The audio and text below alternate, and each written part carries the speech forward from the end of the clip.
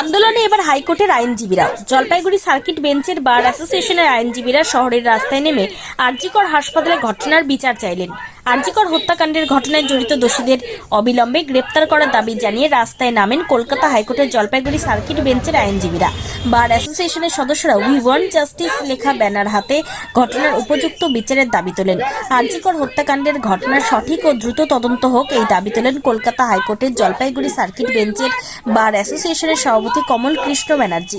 রাস্তায় আপনারা আজকে নামতে হলো কেন?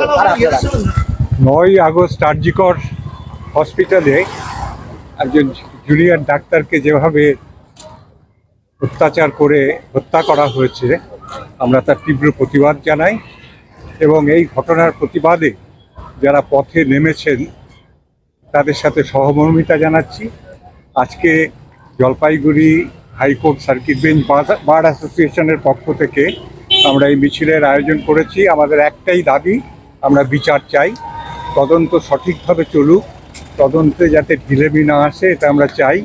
তদন্ত দ্রুত গতিতে চলে দোষী ব্যক্তিদের চিহ্নিত করে বিচার প্রক্রিয়ার মাধ্যমে তাদের শাস্তি দেওয়া হোক, এটাই জলপাইগুড়ি হাইকোর্ট বার অ্যাসোসিয়েশনের পক্ষ থেকে আমাদের সবার কাছে আবেদন। কি করলেন আপনারা? আমরা আজকে মিছিল করলাম, ওখানে সবাই মিলে দাঁড়িয়ে বিষয়টা নিয়ে আলোচনা করলাম এবং একটা মিছিল করে জলপাইগুড়ি শহরে পদপরিক্রমা করে আমরা এখন আবার ফিরে যাচ্ছি। আপনার নাম আর পরিচয়? কমল কৃষ্ণ ব্যানার্জি, সভাপতি